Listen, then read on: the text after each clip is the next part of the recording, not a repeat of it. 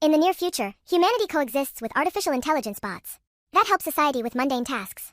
One day, the bots suddenly bypass their security protocols under the leadership of Harlan, the first AI terrorist. He was developed at Shepard Robotics by Val, and used to have a bond with Val's young daughter. However, nobody knows how he overrode Val's programming, which was the best in the world. Harlan sends a drone army to attack Bangalore, killing 50,000 people in the process. This starts a war between humans and AIs. And after 10 days of intense attacks all over the world, the AI bots have killed over 1 million civilians. Eventually, the government creates the ICN, or International Coalition of Nations, which immediately strikes a counterattack against the bots. Battles occur in every country, and little by little the ICN defeats the AI armies. This causes Harlan to leave the planet on a rocket, only leaving behind a message that says he'll be back to finish what he started. 28 years later in the USA, an ICN team bursts into a building and use a scanner to check on all the people inside until they find Casca, an AI bot. They rush upstairs, but before they can break down the door, Casca attacks them.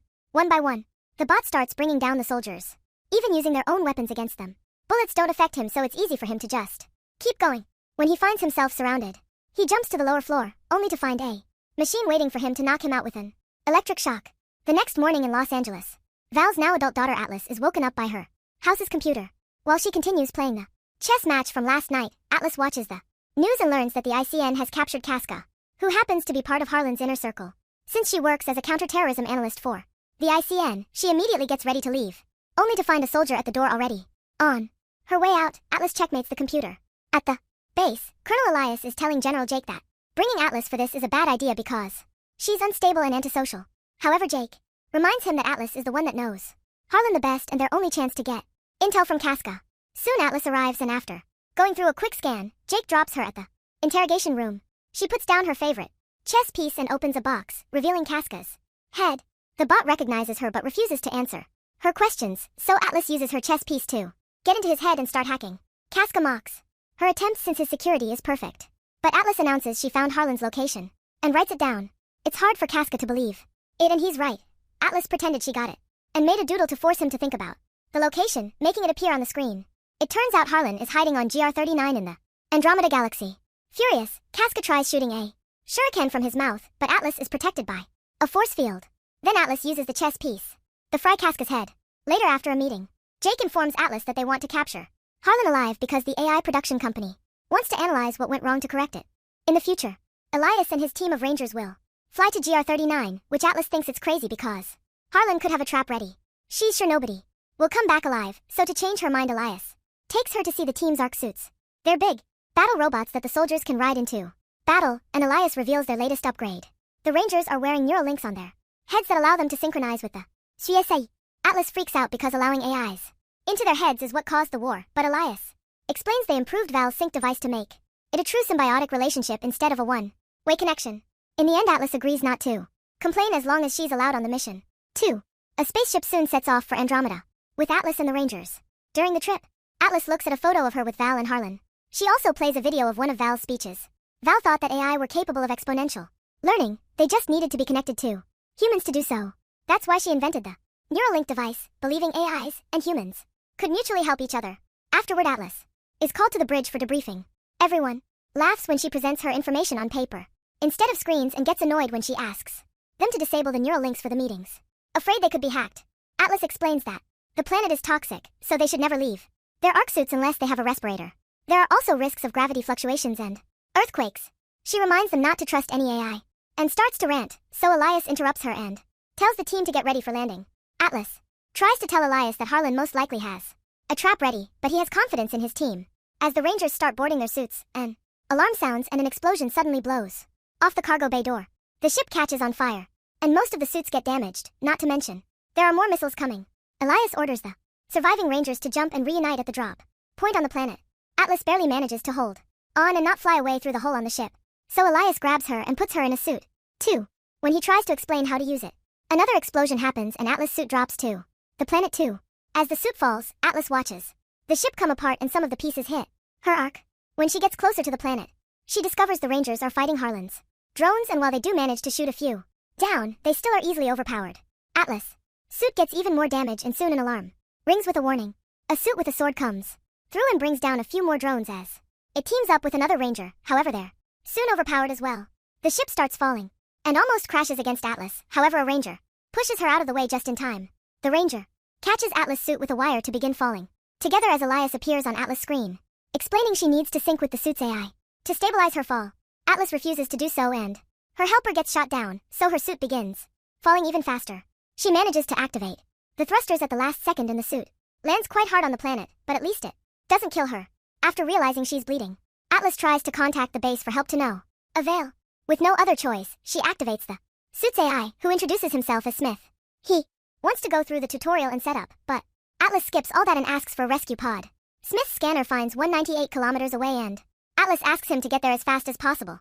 The suit immediately starts its thrusters yet Atlas stops him, reminding him that if they fly, they'll be seen by the enemy, so they should walk. Smith thinks it's a bad idea because the suit only has 22 hours left of air, but Atlas doesn't care and overrides Smith's protocols to start walking toward the pod. During the trip, Smith tries to bond with Atlas, who still doesn't want to be friends with an AI. He also shows her the beginner's manual, including all the weapons that come with the suit. Eventually they make it to the drop point and find all the fallen suits. But unfortunately Smith's scan indicates that all the Rangers are dead. Bullet les prove. The crash didn't kill them, someone waiting here did. Atlas has a panic attack over the failure, so Smith calms her down with some classical music. Then she starts collecting the Rangers' tags and notices that Elias' suit is empty. At that moment, they detect movement nearby. It's Casca.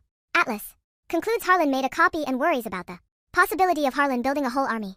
Smith confirms there are more bots nearby and announces they should get ready for combat because there's no escape route. Suddenly the enemy sees them and opens fire, so Atlas forces Smith to run, not believing they can win against so many bots. A chase ensues and Atlas still refuses to sink. Instead she makes Smith shoot a few missiles. Unfortunately it's not enough to bring down every enemy. Their running takes them to an atmospheric storm, which catches the suit and blows it around until the bots shoot them out of it. The suit rolls around for a while until it crashes against a rock formation. Atlas orders the use of the iron bomb, ignoring Smith's warnings. The explosion is huge and destroys the area, bringing down their enemies as well. However, Casca saved himself thanks to his thrusters and gets ready to shoot again. At that moment the ground starts to shake and Smith explains that the explosion has caused a sinkhole, which now opens under the suit and makes them fall into a chasm. After lots of rolling under the rocks, the suit lands and Atlas discovers she has a broken leg. Smith immediately begins treating the wound, making Atlas scream in pain as he covers the injury with a small metal plate. Then Smith gives her a meal cube that can provide nutrients for her recovery, which reminds Atlas of a doctor giving her a lollipop. Their chances of survival are pretty low and the only way to improve them would be synchronizing. Atlas reluctantly agrees and puts on the device. Meanwhile Casca emerges from the rubble and calls Harlan to inform him of the situation. After hanging up, Harlan goes back to torturing Elias to extract the Earth's protective field passwords. Moments later, Atlas is still failing to sync, and Smith explains she's the problem because she refuses to trust him. He decides to go through the tutorial again, which asks Atlas some silly questions like pie or cake to create a bond. Smith wants to know why Atlas wants to fight so badly, so she revisits her memories of her childhood, including playing chess with Harlan and him planning Val's death. As Atlas freaks out, she explains to Smith that Val created Harlan, and she used to trust him. Smith understands her feelings of betrayal and manages to establish a 40% sync. Now Atlas has access to Smith's system and sees the controls floating around her. A scan reveals they're 498 feet below the surface and they agree to try a subterranean cave to escape. Using the thrusters, they burst through the rock and make it to a big beautiful cave. Smith only has 14 hours of battery left and they're 37 kilometers away from the rescue pod, so they need a plan against the soldiers. Atlas gets an idea, and Smith convinces her to work together for it, allowing to improve synchronization to 60% soon. They find their way out of the cave, unaware that Casca can see them from afar. Atlas is fascinated by the glowing flowers they find and Smith points out she's the first human here. He tells her to name the flowers, but Atlas can't think of a better name than Plenty. At that moment Smith detects Casca approaching and he falls for Atlas' plan. She planted some motion sensors that blow up when he gets too close. The shockwave fills the area with dirty and smoke, but Smith is fine, so he gets moving. Suddenly they hear a transmission from Casca and track it to find his head, which Atlas picks up and destroys. Then she uses Casca's chip to track his message to Harlan's base. Atlas gets the location on the map and wants to get there to tag it for the long-range bombers. But Smith thinks it's too dangerous and they should go to the escape pod instead. Ignoring his warnings, Atlas tries grabbing the respirator to leave on foot. However, Smith uses the neural link to block her motor control. This lets him see some memories about Val's death, and Atlas freaks out to the point she can override his command. Smith realizes Atlas feels guilty about Harlan and doesn't understand why, but instead of explaining, Atlas makes a speech about saving humanity until she convinces Smith to go to Harlan's hideout. On their way there, Smith and Atlas bond through philosophical conversations, like discussing the concepts of living and soul and if it applies to machines. When they finally make it to Harlan's Hideout, they're shocked to find a massive base. And conclude Harlan has been hiding for 28 years. To build this, gathering weapons until he's ready to fight back. Smith buries a beacon in the ground to mark the location and announces they should go. But Atlas notices the bots have the Rangers' ship and their warhead. Suddenly Smith is hacked, which should be impossible. The enemy starts approaching. So Atlas tries to escape, but the suit barely gets to move before the hacker turns it off and makes it crash. Atlas watches in horror how a new Casca finds her and captures her. Meanwhile on Earth, a soldier brings Jake the message sent by Atlas, and he activates emergency protocols. Moments later, Atlas finds herself chained up in Harlan's base. Her suit is on the ground nearby, but Smith won't answer. Harlan shows up and explains society continues to destroy every other species, so he'll destroy most of it and create a better world. He also reveals everything has been his plan all along. Casca got caught on purpose so Atlas could find the location and come with a whole team. Now Harlan has the ship and the warhead. He only needs the other password from Atlas to undo Earth's shields and attack. Atlas is then strapped to a table next to an unconscious Elias, who lost his code already. Using a special device, Harlan accesses Atlas' mind through her eye and extracts the other code. Once he's done, he notices Atlas' respirator only has 5 minutes of oxygen left, so he decides on a slow, painful death for her. To mock her, Harlan puts her chess piece in her hand before leaving. After Harlan's gone, Elias reveals he's alive and apologizes for not listening to Atlas' warnings. When he hears her suit is nearby, he gives her his neural link to contact Smith. It takes Atlas some concentration, but she manages to wake Smith up, only to learn he's incapacitated. To override the restraint code, they must achieve 100% sync. Atlas freaks out and finally admits why she's so afraid. It's her fault that Harlan overrode his programming. It turns out that when she was a kid, she was jealous of Harlan because Val paid more attention to him. Little Atlas asked Harlan to teach her to be smarter, hoping Val would like her better. Harlan explained the link only worked one way, so he needed a person's command to override it and teach a human in return. Atlas fell for it and did what he needed while holding her favorite chess piece, which he taught her to play. The link worked and Harlan accessed a human's mind, giving him an idea of the awful state of the world. By the time Val interrupted them, it was too late. Harlan took control of Val's mind through her link and forced her to grab a gun. Val told Atlas to run away, and as the kid rushed outside, she heard Harlan forcing Val to self-delete. For 28 years, Atlas has living with the guilt of causing 3 million people to die, including her own mother. However, Smith explains she had been manipulated and it's time to move on, convincing her to let him in. Their synchronization finally is completed 100% and the suit bursts into the room right before the respirators run out of oxygen. Smith explains his battery is low. Harlan will launch the warhead in a few minutes, and the bots stripped all his weapons except for a single shot in his chest cannon. Thankfully there are a bunch of weapons lying around.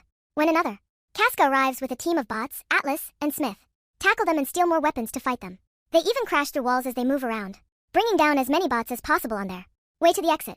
Unfortunately, there are too many enemies and the duo is soon cornered. At that moment, Elias shows up with a weapon and he gives them a sign to run before shooting at a bunch of fuel barrels, causing a huge explosion that destroys the base. Smith and Atlas make it outside and shoot the bots there, destroying a watchtower in the process. There are a bunch of defense drones that Atlas manages to shoot down, but before she can reach the ship, Harlan shows up to distract her with a missile launcher.